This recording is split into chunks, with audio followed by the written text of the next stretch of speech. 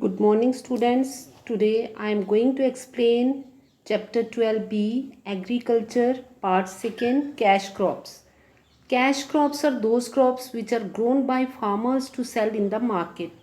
Thus, cash crops have special characteristics of earning cash for the farmers. Sugarcane, cotton, jute, coffee, and tea are major cash crops of India. Cash crops play a significant role in the economy of the country. They earn valuable foreign exchange, they improve the economic condition of the farmers, they provide raw material to agro-based industry. Cash crops of India. Sugarcane. Sugarcane is one of the most important commercial crops of India. It is a tropical crop and is indigenous to India. The sugarcane plant belongs to the grass family. India has the largest area under sugarcane, but due to low per hectare productivity, the second largest producer after Brazil. Sugarcane is the main source of sugar, gur, and khansari. Uttar Pradesh has the largest area under sugarcane and is also the largest producer of sugarcane. It is a long duration crop and requires 10 to 15 months to mature. Sugarcane is a labor intensive crop requiring ample human labor. Geographical requirements: it grows well on fertile soil with high temperatures and heavy rainfall. It depletes the soil and a regular supply of manure is essential. Temperature: sugarcane needs hot and humid climate with temperature ranging between 21 degrees Celsius to 27 degrees Celsius. Very high temperature is harmful for its growth, while low temperature slows its growth. It cannot withstand frost. Cool temperatures are needed at the time of ripening. Rainfall: it grows best in areas receiving 75 cm to 150 cm of rainfall. Too heavy a rainfall results in low sugar content. Soil: sugarcane grows on well drained fertile soil. It can grow on a variety of soil including black, alluvial, loamy, and reddish loam. But the best soil is alluvial soil of the Ganga plain and the black soil of southern India. Sugarcane exhausts the fertility of the soil. Hence, the use of manure is essential to ensure high yields. Methods of cultivation.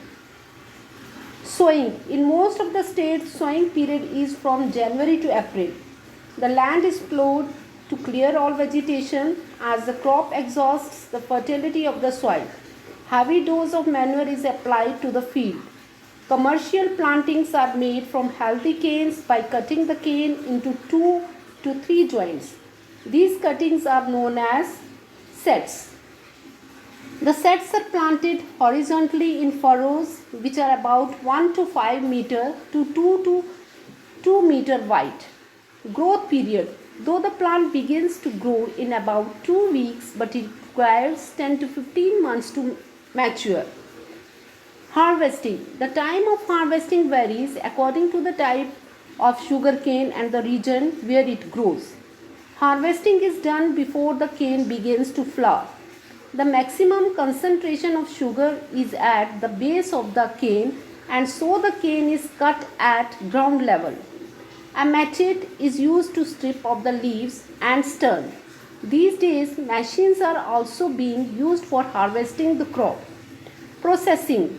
After harvesting, the sugarcane has to be taken quickly for processing because the sugar content deteriorates quickly. Important byproducts of sugar industry. Molasses. It is a dark brown syrup like liquid which is left after the recrystallization of sugar.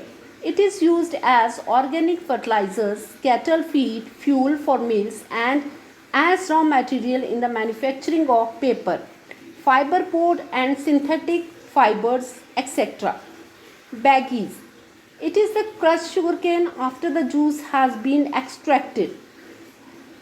Press mud. Polish and carbon paper used for wax sheen. It is used as organic fertilizers, cattle feed, fuel for mills, and as raw material in the manufacturing of paper, fiber board, and synthetic fibers in textile industry. Areas of production. Uttar Pradesh is the largest producer of sugarcane. The other states in the Ganga plain are Bihar, Punjab and Haryana.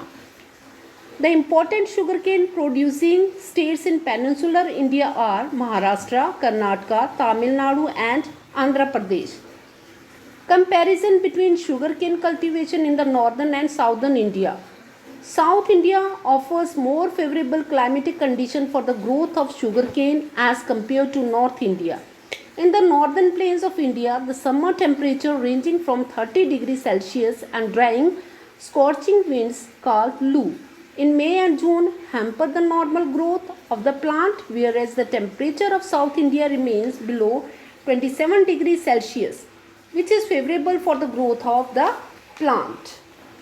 In the winter months of the December and January, the sugarcane crop is likely to be damaged by excessively cold weather accompanied by frost, whereas there is no frost in southern India.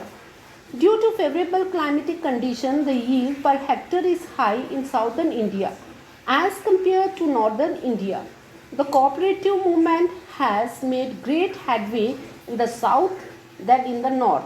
The holdings are larger and well planned.